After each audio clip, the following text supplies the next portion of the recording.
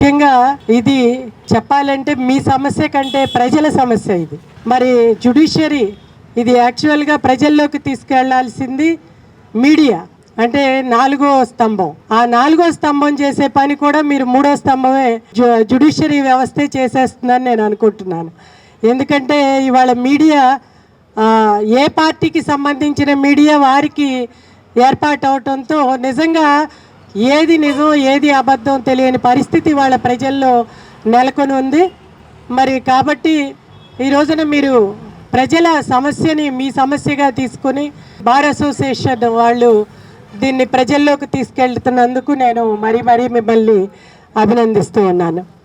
ఇవాళ భూ సంరక్షణ అంటే ప్రతి ఒక్కరికి కూడా భూమి అనేది చాలా ప్రాణప్రదం. 1 సెంటు భూమి కోసం ఇప్పుడు చెప్పారు అన్నదమ్ములు అక్క చెల్లెళ్ళు కూడా మరి ప్రాణాలు తీసుకునే వరకు కూడా వెళ్ళే పరిస్థితి మంది. ఈ భూ సంస్కరణలు మనం సోవియట్ రష్యా చైనా దేశాల పాలనలు కూడా ఆ రోజున భూ సంస్కరణలు బట్టే పాలనలు జరుగుతూ ఉండే సందర్భాలు కూడా మనందరికీ తెలుసు. మరి వాటన్నింటి నుంచి ఈ రోజున ఆ భూమిని ప్రతి ఒక్కరికి అందాలని చెప్పి ఆ రోజున వినోబా భావే మరి ఆ భూమి సేకరించి ఆ భూమిని అందరికీ పంచి ఆ రకంగా భూ సంస్కరణలు కమ్యూనిజం ఇవన్నీ కూడా ఏర్పడి ముందుకు సాగటం జరిగింది.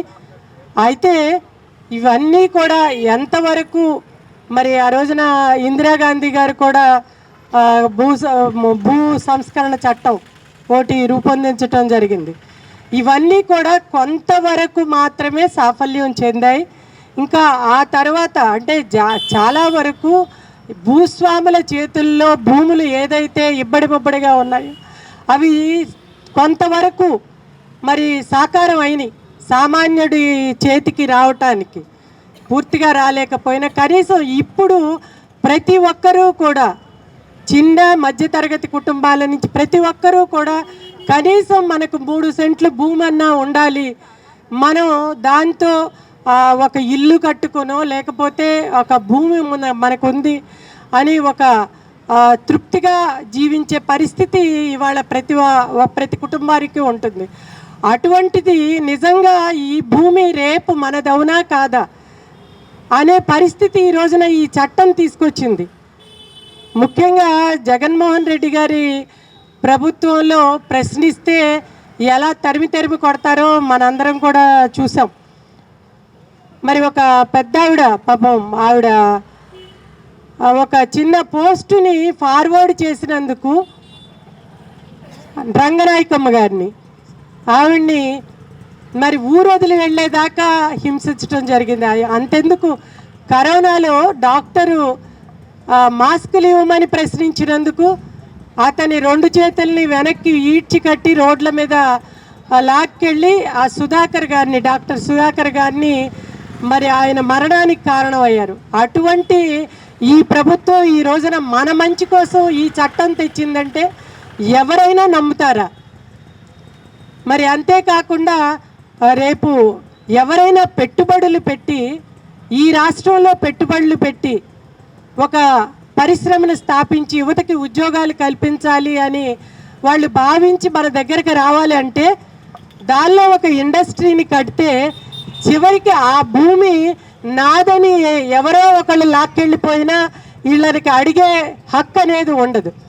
మరి ఆ రకంగా ఈ రోజున రెవెన్యూ డిపార్ట్మెంట్కి రాజ్యాంగం ఇచ్చిన హక్కుల్ని కాలరాచే విధంగా ఈ రోజున రెవెన్యూ డిపార్ట్మెంట్కి తీసుకెళ్ళి ఈ భూములన్నిటినీ కూడా వాళ్ళకి హక్కుల్ని కల్పిస్తే రేపు ఈ భూములు నిజంగా మీ భూమి మీది కాదు, మీ ఇల్లు మీది కాదు, మీ స్థలం మీది కాదు అనే పరిస్థితిలో మనం ఇవాళ ప్రొద్దున్నే ఓటు చూసుకుంటున్నాం.